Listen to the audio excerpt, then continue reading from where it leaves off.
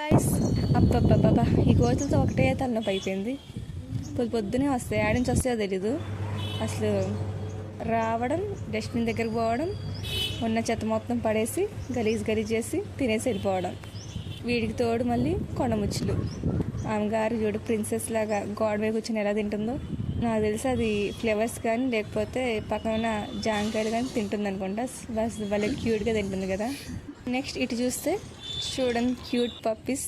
పాపం అదొకటే అది పైకి ఎక్కలేకపోతుంది, ఎలా అరుస్తుందో చూడండి. వాళ్ళ అమ్మ కూడా చూడండి ఎక్కిద్దా లేదా అన్నట్టుగా చూస్తుంది, ఎక్కిద్దని. ఈలో అక్కడ ఉన్న ఒక తాతయ్య వచ్చేసింది దాన్ని ఎక్కడానికి. సో అది రిలాక్స్ అయిపోయింది అనమాట. అమ్మ ప్రేమ ఎక్కడున్నా గొప్పదే, అది మనుషులో కావచ్చు లేకపోతే జంతువులో కావచ్చు. అబ్బా, కొండకు ముచ్చి చూసారా, చక్కగా తినేసింది. ఎక్కడో బిల్డింగ్ పైకి వెళ్ళి కూర్చొని ఫ్రెష్ తీసుకుంటుంది. దాని తోక చూసారా, అసలు దాని తోక ముందు మన జడ కొద్దిగైనా పనికొచ్చిద్దా? మీకు కోతి క్యూట్గా అనిపించిందో లేకపోతే కొండముచ్చు క్యూట్గా అనిపించిందో నాకు కామెంట్ అయితే చేయండి.